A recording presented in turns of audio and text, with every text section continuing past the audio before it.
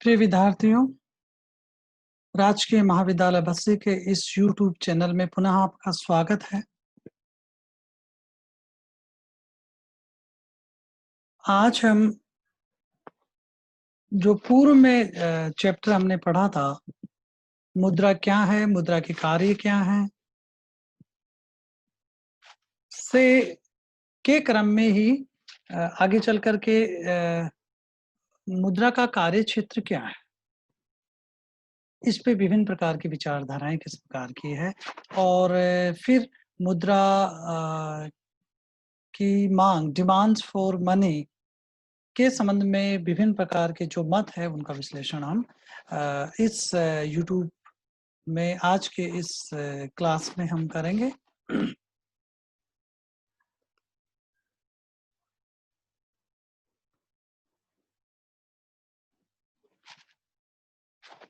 मुद्रा क्या है,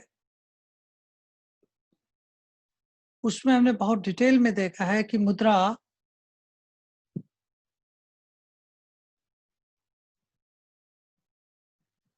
वस्तुतः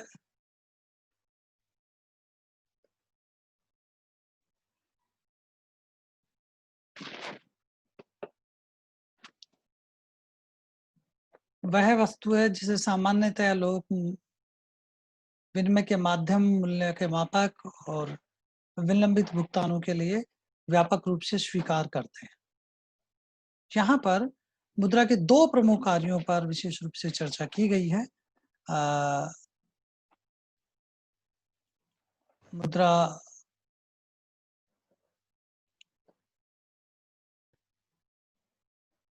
विनिमय के माध्यम के रूप में कार्य करती है, मूल्य के मापक के रूप में कार्य करती है और स्टोर ऑफ वैल्यू के रूप में कार्य करती है।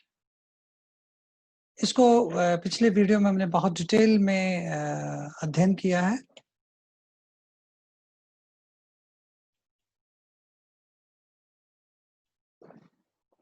जहां तक मुद्रा के कार्य क्षेत्र का सवाल है कि किस प्रकार से मुद्रा की मात्रा में परिवर्तन होने पर अर्थव्यवस्था पर इसके प्रभाव पड़ते हैं, उसका संक्षिप्त में हम देखें और फिर मुद्रा के मांग के सिद्धांत पे डिटेल में हम लोग जाएंगे।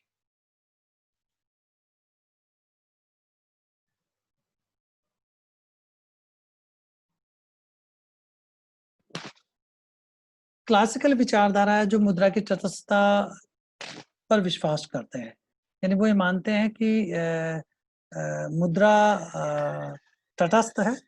Neutrality of money in classical thoughts, उसमें मुद्रा को तटस्थ माना गया है। मुद्रा के स्टॉक में परिवर्तन होने पर उत्पादन रोजगार या ब्याज की दर में किसी प्रकार का कोई परिवर्तन नहीं होता है और इस कारण वो मुद्रा लोग अपने पास फालतू मुद्रा अपने पास रखना पसंद नहीं करते हैं। मुद्रा को केवल विनिमय के माध्यम के रूप में कार्य आती है, बस ये उनका विचार था। तो मुद्रा तटस्थ है, वास्तविक क्षेत्र पर इसका कोई प्रभाव नहीं पड़ता है, यानी उत्पादन और रोजगार क्षेत्र पर इसका कोई प्रभाव नहीं पड़ता है।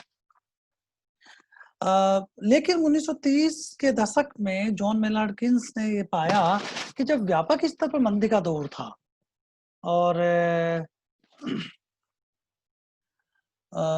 उन्होंने अपना एक सामान्य अवस्था देखी कि अर्थव्यवस्था में बेरोजगारी एक सामान्य अवस्था है, न कि पूर्ण रोजगार की अवस्था सामान्य अवस्था है। तो उसने अपनी पुस्तक का नाम है जनरल थ्योरी दिया, general theory of employment, interest and money, यानी बेरोजगारी, ब्याज की दर, रोजगार का सामान्य सिद्धांत।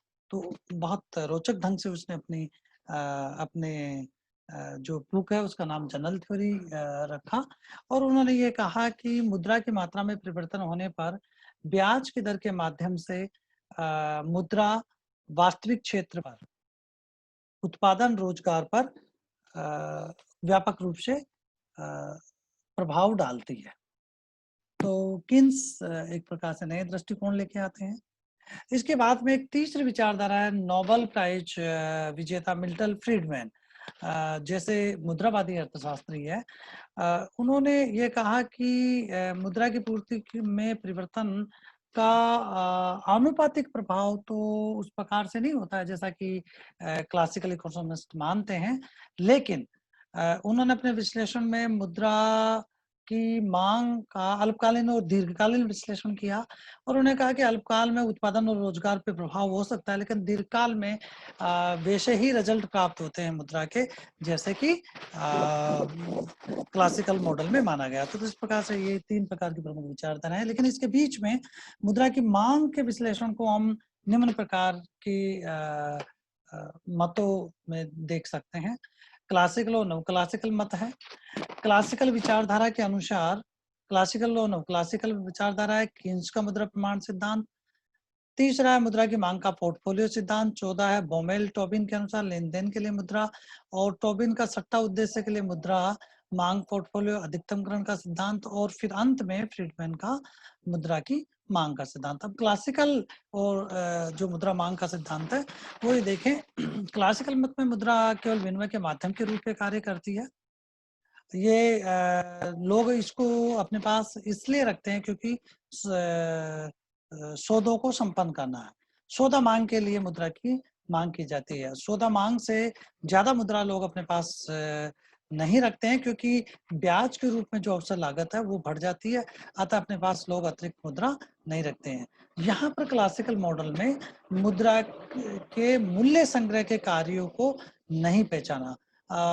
यहाँ पर आप देखेंगे तो यहाँ पर ये जो पीडीएफ है इसमें ये जो मैं अंडरलाइन कर रहा हूँ, ये लाइन दे रहा हूँ यहाँ पे मुद्रा के मूल्य संग्रह के कार्यों को पहचाना है, जबकि इसकी जगह होना ये चाहिए कार्यों को नहीं पहचाना है।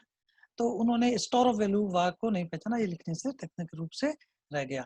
तो यहाँ पर मुद्रा की मांग है, आय का एक निश्चित भाग है, और यदि वाई जिसको कि उत्पादन का स्तर को कीमतों से गुणा करने पर मौद्रिक आय निकल करके आती है, तो मौद्रिक आय का के अनुपात लोग अपने पास रखते हैं।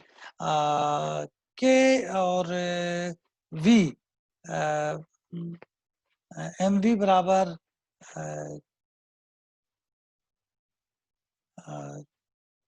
के वाई या एम बराबर के पी वाई, और यदि हम इसको पी के संदर्भ में सोल्व करें तो real money demand equal to K Y, यानी वास्तविक मुद्रा नकदी मुद्रा की जो नगद मांग है वो वास्तविक नगद बकाया एम अपॉन पी है, जो कि आई के स्तर वाई का के फलाना है।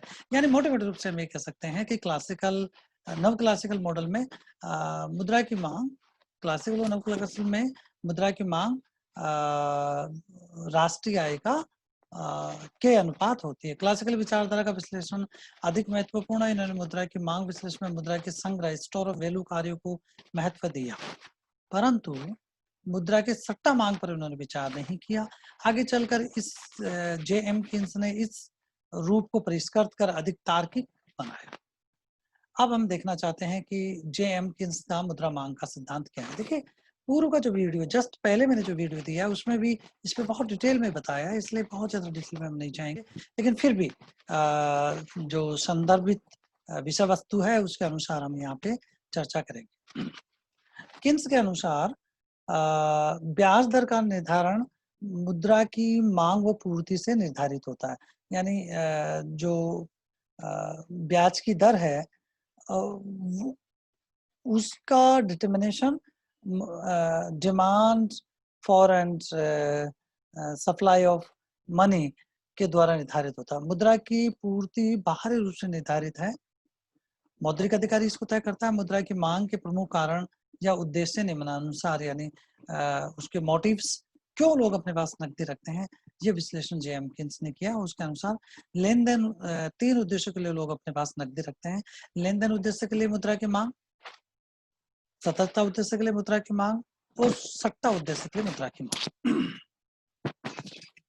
पहले हम देखें लेन देन उद्देश्य के लिए मुद्रा की मांग।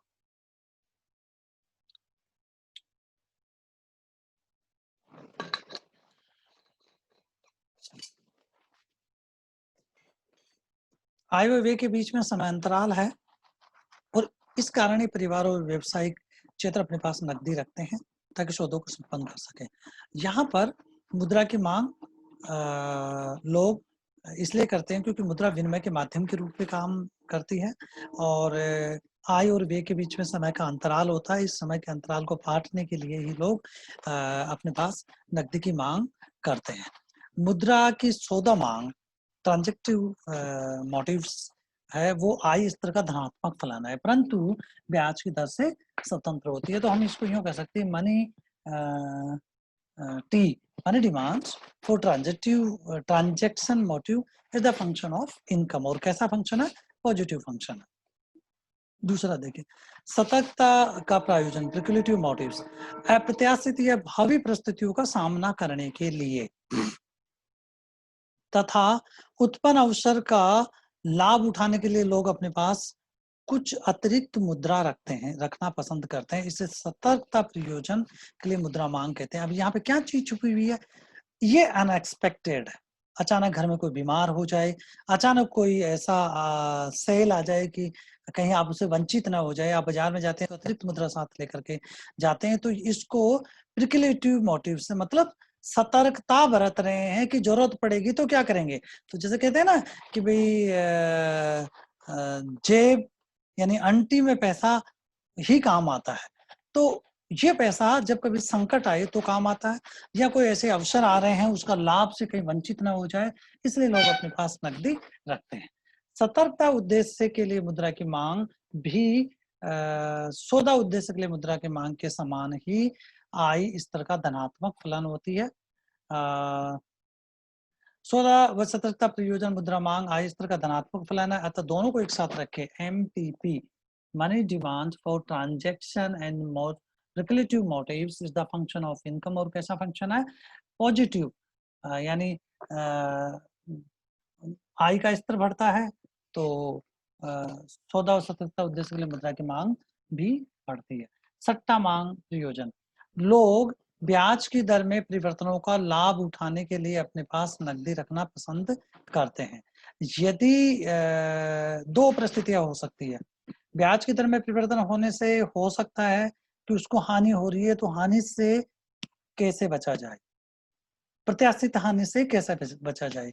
और यदि ब्याज की दर में परिवर्तन से लाभ होने वाला है तो इस लाभ के अवसर को कैसे रियलिटी में कन्वर्ट करें, उसका कैसे फायदा उठाएं। तो ये सट्टा है। सट्टा प्रयोजन वस्तुतः ब्याज की दर में हुए फ्लक्चुएशंस, परिवर्तनों का लाभ उठाने के लिए या हानि से बचने के लिए जो अपने पास नकदी रखते हैं अथवा नहीं रखते हैं, इसको सट्टा उद्देश्य के लिए मुद्रा की मांग कहते हैं। सट्टा प्रयोजन मुद्रा की मांग का ब्याज दर से गहरा संबंध है। किन्स के तरलता अधिमान सिद्धांत के अनुसार सट्टा मांग का महत्वपूर्ण स्थान है।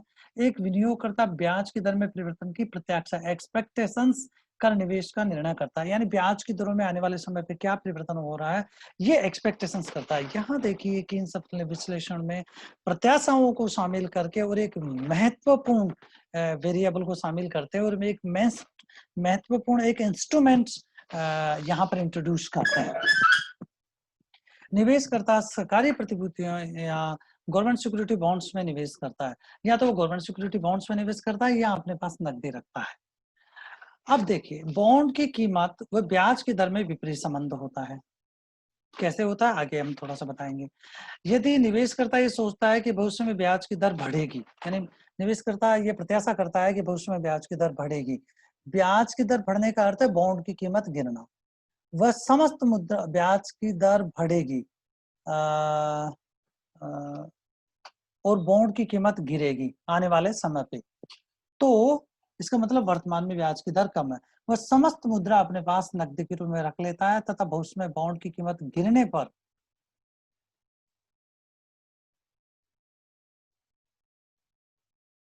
वह निवेश करता है, बॉन्ड खरीदता है। इसके विपरीत यदि निवेशकर्ता को यह प्रत्याशा है कि भविष्य में ब्याज की दर गिरेगी यानी बॉन्ड्स की कीमत बढ़ेगी, तो वर्तमान में बॉन्ड्स में निवेश करेगा। अब वर्तमान में निवेश करेगा कब खरीदेगा? जब ब्याज की दर इस समय ऊंची है, ऊंची ब्याज की दर पर बॉन्ड सस्ते मिल रहे हैं।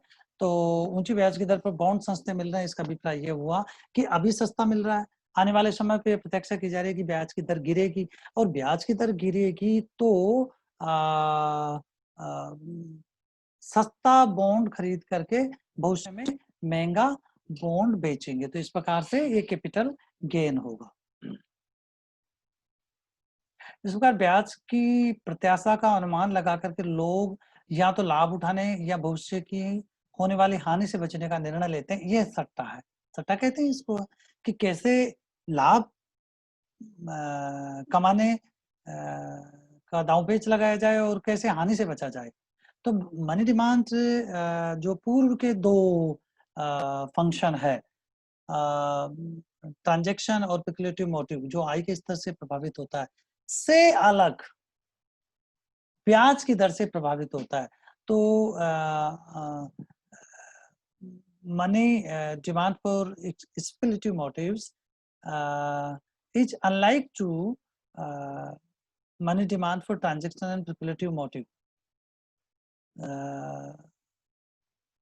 That is determined by the national income. But speculative demand is determined by rate of interest, or how it how the rate of interest is effect on speculative demand. ये है कि सट्टा मांग ब्याज की दर का ऋणात्मक फलन होता है। ये उन्होंने अपने सिद्धांत में कहा और बहुत डिटेल में हमने पिछले चैप्टर में बताया। अब यहाँ पे एक बहुत महत्वपूर्ण अवधारणा आती है विद्यार्थियों, इसको बहुत ध्यान से आपको समझने की जरूरत है। लिक्विडिटी ट्रैप, किन्स के तरलता जाल का सिद्धांत। लिक्विडिटी ट्रैप कहते किसे हैं? किन्स का मत था कि ब्याज की दर गिरने पर एक सीमा के बाद मुद्रा के सट्टा उद्देश्य से मांग, स्पेक्युलेटिव डिमांड फॉर मनी, पूर्णतया लोचदार परफेक्टली इलास्टिक हो जाती है। ये ब्याज की वह इलास्टिक परफेक्टली इलास्टिक हो जाती है। तो न्यूनतम ब्याज की दर, तो ये न्यूनतम जो ब्याज की दर है, यह ब्याज की वह न्यूनतम दर होती है जिस पर सभी व्यक्ति केवल नगद राशि रखना पसंद करते हैं, मतलब अपने पास कैश इन हैंड रखना पसंद करते हैं, और कोई भी व्यक्ति बॉन्ड खरीदना पसंद, बॉन्ड में पैसा निवेश नहीं करता है। यहाँ पर हमें बता रहे हैं कि ब्याज की दर और प्राइस ऑफ बॉन्ड के बीच में क्या रिलेशन है, लेकिन इससे पूर्व ये देखें कि बॉन्ड किसे कहते हैं। कोई भी व्यक्ति भू संपत्ति, बहुमूल्य धातु, बंध पत्रों, मुद्रा इत्यादि के रूप में अपने पास धन संचित कर सकता है। सरलता की दृष्टि से हम ये देखें कि हम मुद्रा के अलावा परिसंपत्तियों के अन्य रूपों को मिलाकर के भी नकदी, अन्य रूपों को मिलाकर के भी एक कैटेगरी बनाते हैं। यदि उसको बॉन्ड कैटेगरी नाम दे दें तो ये बॉन्ड्स हो सकता है, लेकिन प्रतीकात्मक रूप से बॉन्ड्स ऐसे कागज हैं, बॉन्ड है, जैसे कहते हैं कि एक बॉन्ड भर के दीजिए।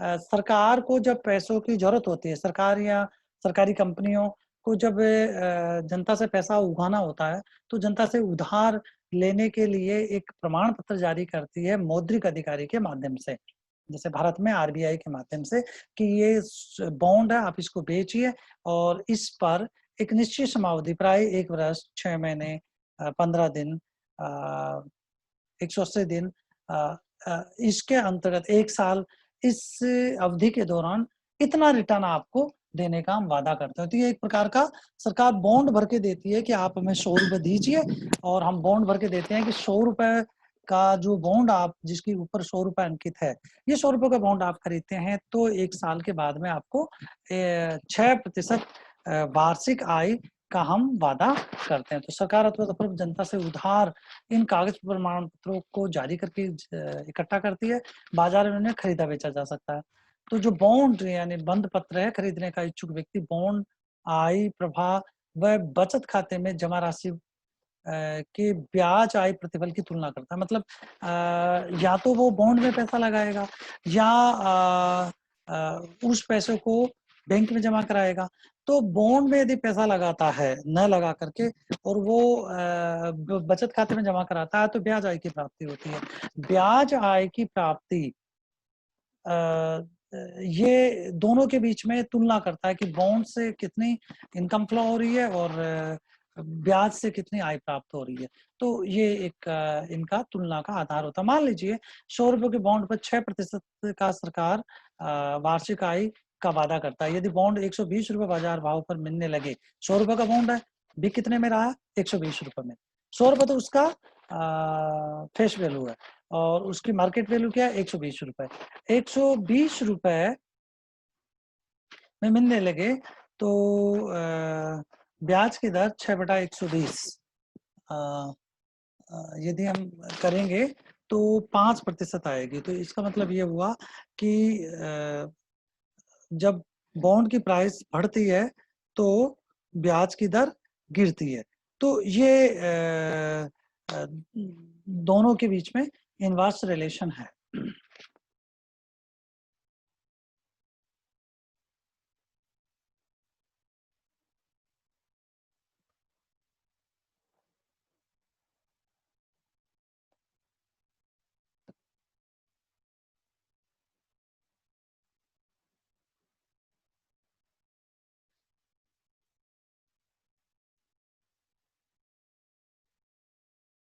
तो देखिए जो फेस वैल्यू है यानी उसके ऊपर अंकित मूल्य क्या है, इसकी हम चर्चा करें। इस पे हम देख रहे थे कि जब 80 रुपए का था तो 6 प्रतिशत आय का वादा है और 1 रुपए है तो 6/180 और 100 रुपए होने पर 7.5, यानी बॉन्ड की कीमत गिरने पर ब्याज की दर बढ़ने की स्थिति है। तो ब्याज की दर बढ़ने पर बॉन्ड की कीमत करती है। इसी प्रकार से भविष्य में बॉन्ड का भाव बढ़ने की प्रत्याशा होने पर आज बॉन्ड खरीदेगा, क्योंकि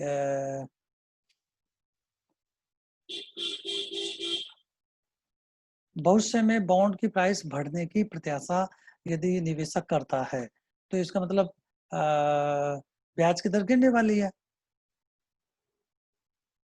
बॉन्ड का भाव बढ़ने की प्रत्याशा की जाती है तो वह बॉन्ड खरीदेगा, क्योंकि अभी सस्ता मिल रहा है। सस्ता खरीद करके जब बॉन्ड का भाव भविष्य में बढ़ जाएगा तब उसको बेच देगा। इस प्रकार से ये एक्सपेक्टेशन करता है और अपने पास बॉन्ड खरीदेगा और अपने पास कम मात्रा नकदी रखेगा। यदि यह है कि बॉन्ड का भाव भविष्य में बढ़ने की प्रत्याशा है, यानी ब्याज की दर गिरने की प्रत्याशा है। इस प्रकार से ब्याज की दर व बॉन्ड की कीमत के बीच में विपरीत संबंध पाया जाता है। कैसा संबंध है? देखिए यहाँ पर जो पॉइंट ऑफ ओरिजिन यहाँ पे 0 और यहाँ पे 0 डैश कह दे पॉइंट ऑफ ओरिजिन, तो ब्याज की दर जब ऊंची है तो लो प्राइस बॉन्ड प्राइस है, प्राइस ऑफ बॉन्ड है, और जब लो रेट ऑफ इंटरेस्ट है तो हाई प्राइस ऑफ बॉन्ड है। निवेशक बॉन्ड आय प्रवाह तथा अपने पास नगद मुद्रा रखने की अवसर लागत ब्याज आय की तुलना करता है। ब्याज दर और बॉन्ड की कीमत में विपरीत संबंध पाया जाता है। सट्टा के लिए मुद्रा की मांग व ब्याज की दर में विपरीत संबंध होता है। सरल रूप में सट्टा उद्देश्य के लिए मुद्रा की मांग इस प्रकार से लिखा जा सकता है। अब देखिए यहाँ पर ये कहा जा रहा है कि साहब जो मनी डिमांड है फॉर स्पेकुलेटिव मोटिव है, ब्याज की एक मैक्सिमम रेट की लोग प्रत्याशा करते हैं और एक नॉर्मल ब्याज की दर है आर, उससे इसे घटा दिया जाए और एक नॉर्मल ब्याज की दर में से मिनिमम ब्याज की दर क्या होती है इसको घटा दिया जाए, और इसका ये डिनोमिनेटर और नोमिनेटर को आप देख रहे हैं। इससे ये निकाला जा सकता है कि एवरेज क्या दर निकल करके आ रही है। तो इस प्रकार से यहाँ पे बताया था कि तरलता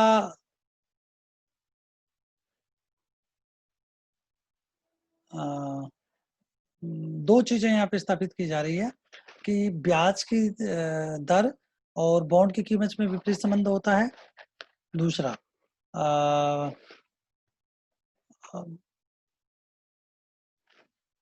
सट्टा उद्देश्य के लिए मुद्रा की मांग ब्याज की दर का ऋणात्मक फलन होता है। यहाँ पर किन्स की एक बहुत महत्वपूर्ण कंसेप्ट है इस तरलता जाल की अवस्था। यहाँ देखें कि इधर ब्याज की दर को लिया गया और यह मुद्रा की सट्टा मांग है और ये जो है वो मुद्रा की सट्टा मांग फलन को दर्शा रहा है। एक ब्याज की दर एक न्यूनतम स्तर है RLT, मतलब ये न्यूनतम क्यों कह रहे हैं? क्योंकि इस स्तर पर आते ही एक तो कोषों को अपने पास नकदी रखने की अवसर लागत, ब्याज आय की अवसर लागत है वो बहुत न्यून हो जाती है। तो जब बहुत कम न्यून हो रही है और मान लो बॉन्ड्स खरीदने और बेचने की जो एक्सरसाइज है, जो जाना आना है, जो ट्रांसपोर्ट है, वो बहुत वो भी मान लो इस न्यूनतम ब्याज आय से ऊपर है, तो लोग अपने पास नकदी रखना पसंद करेंगे। तो देखिए आरएलटी क्या है? Uh, rate of interest at which liquidity trap, ब्याज की वह न्यूनतम दर जिस पर तरलता जार की अवस्था पैदा हो जाती है। तो वह न्यूनतम ब्याज की दर जिस पर मुद्रा की सट्टा मांग पूर्णतया लोचदार हो जाती है। अब देखेंगे कि ये मुद्रा की सट्टा मांग इस जहां ये दोनों है, इसके बाद में ये कर्सर बता रहा है, इसके बाद में मुद्रा की सट्टा मांग पूर्णतया लोचदार हो गई है। यहाँ पर मुद्रा की पूर्ति में कितनी भी वृद्धि की जाए, लोग ट्रांजैक्शन मोटिव्स के लिए मुद्रा को काम में नहीं लेते हैं, बल्कि सारी मुद्रा को अपने पास नकदी के रूप में रख लेते हैं। तो ये ट्रांजैक्टिव मोटिव है। यहाँ पर पुनः ये स्पष्ट कर दूं, बहुत ही महत्वपूर्ण अवधारणा है। आरएलटी वह न्यूनतम ब्याज की दर जिस पर मुद्रा की सट्टा मांग पूर्णतया लोचदार हो जाती है। आरएलटी तरलता जाल की अवस्था है। आरएलटी वह न्यूनतम ब्याज की दर है जिस पर की मुद्रा की सट्टा मांग हेतु नकदी मांग पूर्णतया लोचदार हो जाती है। ये कीन्स का मुद्रा मांग का सिद्धांत है। अब कीन्स के सिद्धांत की यदि प्रमुख आलोचना देखें तो प्रमुख आलोचनाएं क्या है? पहला, मुद्रा की मांग के 3 मोटिव्स उन्होंने बताए, लेकिन आलोचक ये कहते हैं कि मुद्रा की मांग के जो 3 प्रकार का स्पष्ट विभाजन करके और फिर उसके किस-किस से प्रभावित होता है निकालने का जो प्रयास किया, विश्लेषणात्मक दृष्टि से काफ़ी सही है। लेकिन ये विभाजन अवास्तविक है। इस प्रकार से कोई विभाजन लोग नहीं करते हैं। दूसरी आलोचना की मुद्रा के लेन-देन उद्देश्य हेतु तरलता मांग पर ब्याज की दर का भी प्रभाव पड़ता है। यदि ब्याज की दर बहुत ज़्यादा ऊँची है, तो लोग अपने पास सतर्कता उद्देश्य के लिए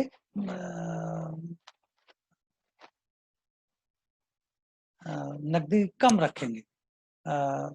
सौदा उद्देश्य के लिए नकदी कम रखेंगे।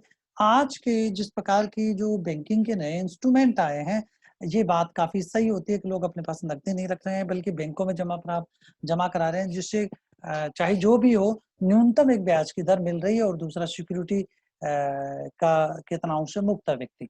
और सौदों को जो ई-वॉलेट्स है, इंटरनेट बैंकिंग है, उसके माध्यम से संपन्न करता है। तो यहाँ पर लेन-देन उद्देश्य के लिए मुद्रा की मांग है, वो भी ब्याज की दर से प्रभावित होती है। कीन्स के अनुसार लोग अपने वित्तीय परिसंपत्तियां नगद राशि में या बॉन्ड के रूप में रखते हैं, ईदर इन कैश और ईदर इन बॉन्ड फॉर्म, जो सही नहीं है, क्योंकि वे इन दोनों का संयोग पोर्टफोलियो बनाकर भी रख सकते हैं, जैसा कि आगे के उसमें हम देखेंगे। चौथी आलोचना ये की जाती है कि मुद्रा की मांग पर अन्य मौद्रिक चरों का भी प्रभाव पड़ता है। तो इस प्रकार से ये कीन्स का मुद्रा की मांग का सिद्धांत था। इन्होंने बहुत महत्वपूर्ण अवधारणा दी। सट्टा उद्देश्य के लिए मुद्रा की मांग, सट्टा उद्देश्य की मुद्रा की मांग और ब्याज की दर के बीच में विपरीत संबंध होता है। यहीं पर ये अंतर्निहित है कि मुद्रा वास्तविक क्षेत्र को प्रभावित करती है, उत्पादन और रोजगार को प्रभावित करती है, जबकि क्लासिकल इकोनॉमिक्स ऐसा नहीं मानते हैं।